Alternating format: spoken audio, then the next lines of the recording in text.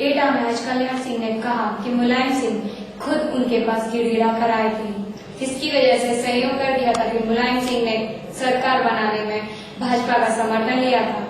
कल्याण सिंह ने आज साफ कर दिया कि वे एटा से बीजेपी का चुनाव लड़ेंगे, जिसके लिए वे कुछ महीनों के बाद लोकसभा की सदस्यता से इस्तीफा देंगे। एटा में आज कल्याण सिंह मुलायम सिंह पर जमकर बरसे। उन्होंने कई नई बातों का खुलासा किया है। कल्याण सिंह ने मुलायम सिंह के साथ हुई दोस्ती के बारे में भी खुलासा किया है कि वो दोस्ती नहीं थी। मुलायम सिंह खुद गिड़गिड़ाते हुए आए थे तो हमने उनका सहयोग कर दिया था। मुलायम सिंह के बारे में इतना पता है, ऐसा कोई सगा नहीं जिससे मुलायम सिंह ने ठगा नहीं। विचारधारा का सवाल है। मुलायम सिंह सांप्रदायिक व्यक्ति हैं, मुस्लिम तुष्टिकरण की नीति अपनाते हैं। आपकी भी दोस्ती और हमारी दोस्त नहीं थी, तो खुद हमारे घर पर गए थे, गिड़गिड़ाए थे जाकर के, तो हमने सहयोग कर दिया था, बस दोस्ती नहीं। मुलायम सिंह के बारे में तो मेरा प्रश्न बताया कि ऐसा कोई सगा नहीं जिसे मुलायम सिंह ने ठगा नहीं। सहयोग तो मुलायम सिंह ने दिया था हमने। अरे हमारे सहयोग से उनकी 23 सीटें आई थी, नहीं 12 पे आ रही थी उनकी पहले तब सीटें। उनके सहयोग से आप भी तो एमपी बने हैं। उनका सहयोग न होता तो भी हम एमपी बन जाते। फर्क पड़ता था, 1,28,000 से जीते थे, शायद 50,000 से जीत जाते। मुलायम सिंह के बारे में खुलासा करते हुए उन्होंने ये भी कहा कि जिस समय हमारा सहयोग ले रहे थे उस समय हम राष्ट्रवादी थे और जब उनका काम निकल गया तो हम सांप्रदायिक हो गए। मुलायम सिंह ने भाजपा का भी सहयोग लिया था सरकार बनाने में, तब भाजपा राष्ट्रवादी थी, जब काम निकल गया तो पहले भी आपके बेटे उनकी सरकार में शामिल रहे थे, राज्य मंत्री। बता दिया ना आपको हमने। दो बार किस तरह से दोस्ती बढ़ी, फिर कम हुई, क्या ऐसी वजह रही? जो कुछ भी उन्होंने वही जाकर के गिड़गिड़ाए थे, हम उनकी बातों में आ गए थे, बाद में धोखा खा गए, हम स्वीकार करते हैं इसे। जिस समय वो हमारा सहयोग ले रहे थे उस समय हम राष्ट्रवादी थे, जब उनका काम निकल गया तो वो सांप्रदायिक हो गए। मुलायम सिंह ने भाजपा का भी सहयोग लिया था सरकार बनाने में, तब भाजपा राष्ट्रवादी थी, जब काम निकल गया तो सांप्रदायिक हो गई भाजपा का। तो ये ऐसा कुछ हो गया है कि जब तक काम चलता है तब तक सबके लिए भाजपा राष्ट्रवादी है, उनका काम निकल जाए तो भाजपा सांप्रदायिक। किस पार्टी से लगता है, कहां से लड़ेंगे, कुछ तैयारी की है? एटा से ही लड़ेंगे और भारतीय जनता पार्टी से ही लड़ेंगे। भारतीय जनता पार्टी के नेताओं से हमने कह दिया कि हमको टिकट दे दो।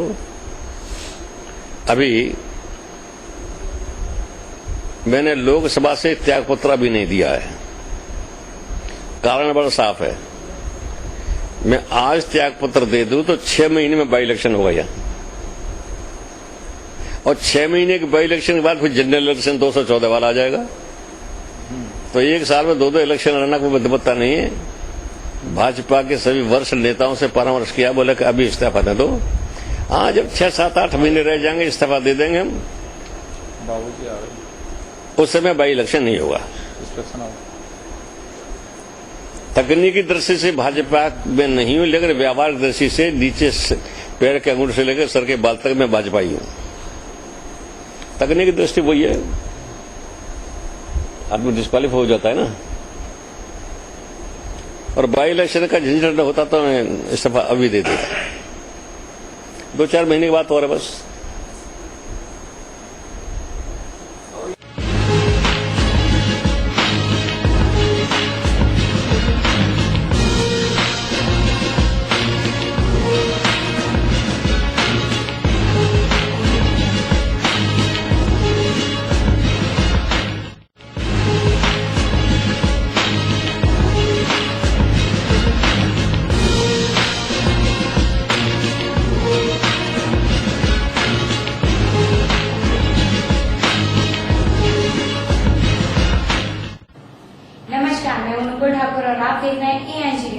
उत्तर प्रदेश के जिला फिरोजाबाद में थाना टूंडला पुलिस ने रात्रि में ताले लगे मकानों व स्कूलों में चोरी करने वाले गिरोह में से 3 चोरों को गिरफ्तार किया और उसमें चोरी किया हुआ सामान भी बरामद किया। मैं लोगों से अभी से आ गया था, ये मेरा चोरी की हम लोगों ने, उसमें पानी पिएगा। तो वो कितने पैसे दे दिए जाते थे चोरी करने के? मुझे अभी तक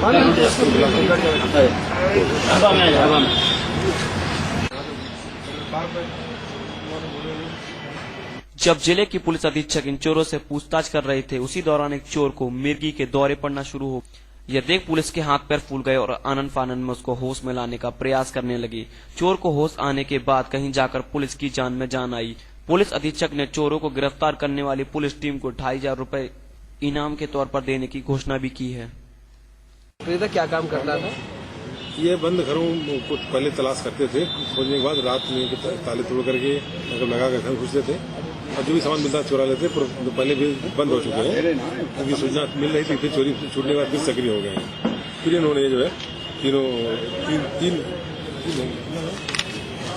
तीन जगह पर चोरी की वारदात किया था, जिसको सामान रिकॉर्ड हुआ है, ये पकड़े भी गए हैं, जैसा आपको सामने बता दें। इसमें एक बच्चा 9 वर्ष की 9th क्लास का स्टूडेंट है, इसका फीडबैक क्या है आपके पास? अब देख लिया जाएगा। 9th क्लास हो तो इसको जुवेनाइल कोर्ट में जाकर अगर उसकी उम्र जो है किशोर न्यायालय में जाएगा, क्योंकि अगर बच्चा है तो इसको जेल नहीं जाएगा, जुवेनाइल कोर्ट में जाएगा। वहाँ पर इसको जैसे तरीका है, सर्टिफिकेट भी देख लिया जाएगा इसका भी।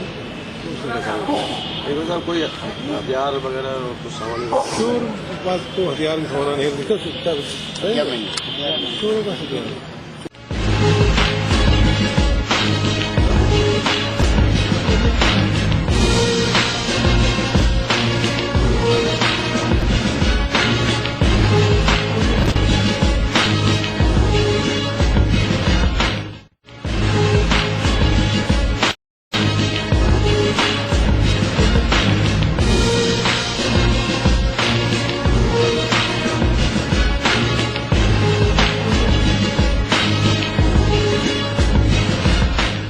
नमस्कार, मैं मुकुल ठाकुर और आप देख रहे हैं ANG न्यूज।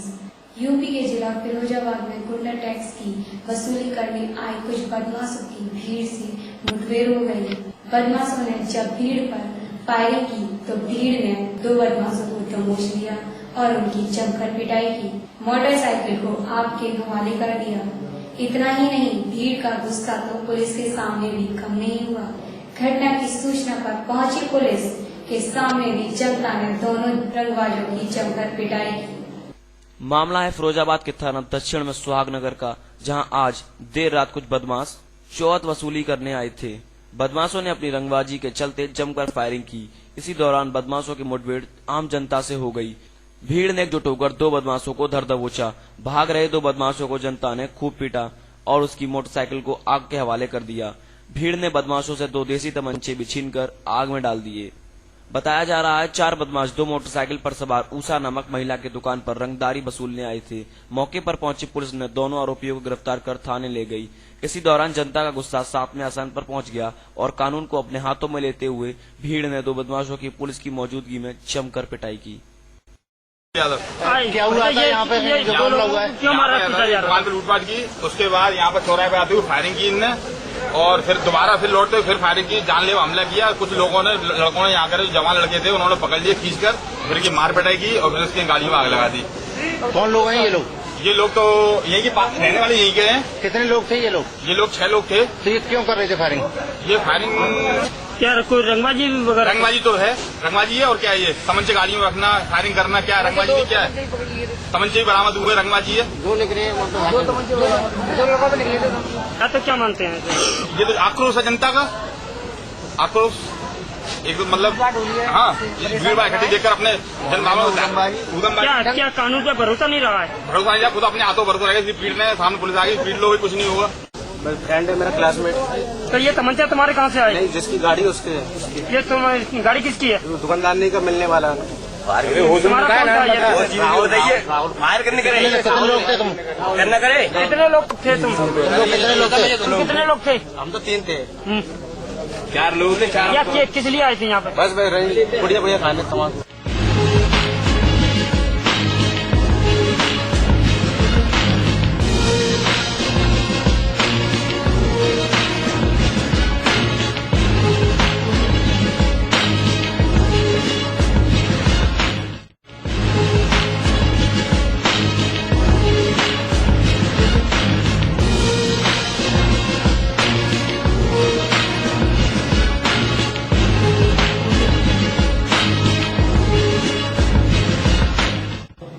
जिला सोनभद्र के दूधिया तहसील क्षेत्र में किस तरह लोगों में अंधविश्वास और पिछड़ापन भरा हुआ है, आइए देखते हैं।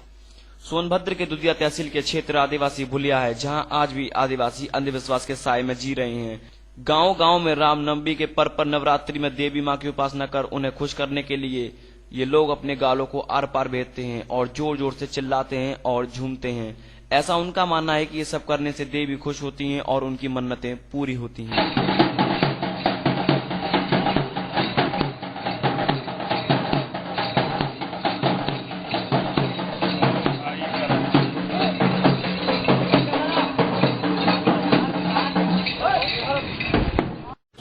इस बुलेटिन में सिर्फ इतना ही। देखते रहिए एयर जीन्स।